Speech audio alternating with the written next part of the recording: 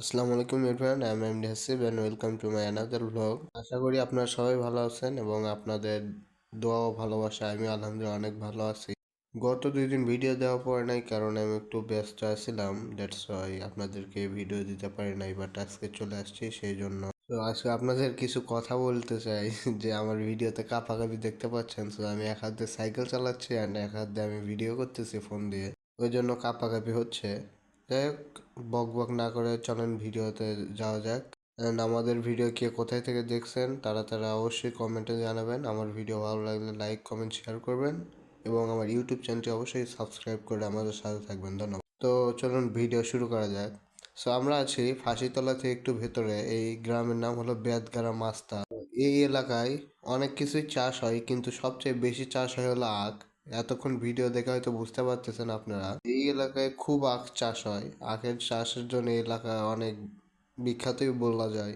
তো দেখতে পাচ্ছেন আমরা রাস্তার সাইড দিয়ে যাচ্ছি এবং চারিদিকে শুধু আখের জমি। এত পরিমাণ আখ চাষ হয় এই এলাকায়।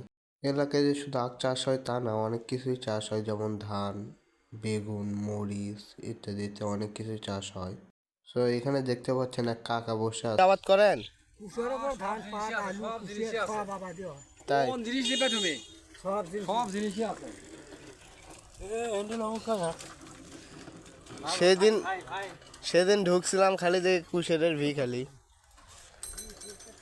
এই বিশ্ব রোডের থেকে শুরু করে ভেতরে দিয়ে গেছিলাম খালি দেখে কুশের। কুশেরই আপনাদের কিরকম বেচা কেনা কিরকম হয়? বেচা কিনা ভালোই হয় তো। ভালোই। হুম। যাক। এখন এগুলি বেচা শুরু হয়েছে এখন দিকে আপনাদের গ্রামের নাম কি সেটা আরেকবার বলেন তো। বেদগাড়া বেদগাড়া। আচ্ছা, আমার ঠিক আছে। দহই নয়। যাই হোক, এতক্ষণ চাচার মুখে থেকে অনেক কিছুই শুনলেন। আসলে আমরা এলাকায় কুশের বলে থাকি। এক এক জায়গায় এক এক নাম, এক এক এলাকায় এক এক নাম। যেমন বাইরে গেলে হয় আখ, তো আমরা কুশের বলেই চিনি এটাকে। দেখতে পাচ্ছেন এই সাইড আবার পটলের জমি, এই সাইডে বেগুনের জমি, সামনে আবার ওই আখের জমি। এখানে পটলের জমি, তারপর বেগুনের জমি, তারপর মরিচের জমি এগুলো কম আছে, তবে আখের জমি অনেক। সামনে দেখতে পাচ্ছেন, সামনেও আখের জমি, রাস্তার সাইড দিয়ে পুরোটাই আখের জমি। এক সাইডে আখের জমি আর এক সাইডে বেগুন, মরিচ, অন্যান্য ফসলের জমি। তারপর এই সাইডে দেখেন মরিচের জমি, এই দেখেন আখের জমি আবার শুরু হয়ে গেল। ওই চাচার সঙ্গে কথা বলে অনেক কিছুই জানতে পারলাম যে এই এলাকার মানুষ আখ চাষ করে জীবিকা নির্বাহ করে। এখানে দেখতেছি এক কাকা বেগুনের জমি থেকে ঘাস নিয়ে যাচ্ছেন। তারপর আরো সামনের দিকে গেলে আরো দেখতে পারবেন কত পরিমাণে আখের জমি আছে এখানে। আসলে আমি প্রথমে ঢুকছিলাম, কয়েকদিন আগে ঢুকছিলাম আমি। আমি যখন ঢুকি তখন আমি দেখে পুরোই অবাক হয়ে গেছি।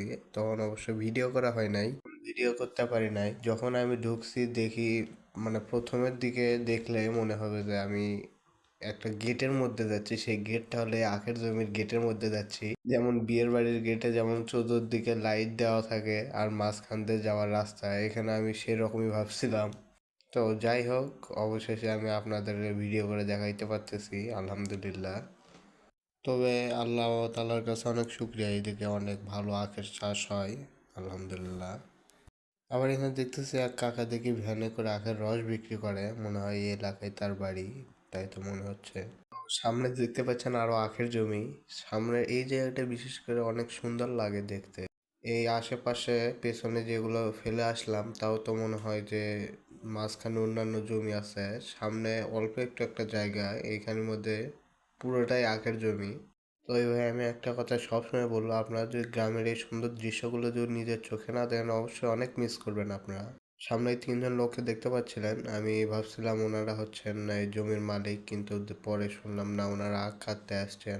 এর সামনে দেখতে পাচ্ছেন আমাদের ফাঁসিতলা, সামনে এটা হলো ঢাকা রংপুর হাইওয়ে। আজকে ভিডিও আর বেশি বড় করব না, আজকের ভিডিওটি এই পর্যন্তই। আমার ভিডিও যদি ভালো লাগে সবাই লাইক কমেন্ট করবেন এবং শেয়ার করবেন। আসসালামু আলাইকুম।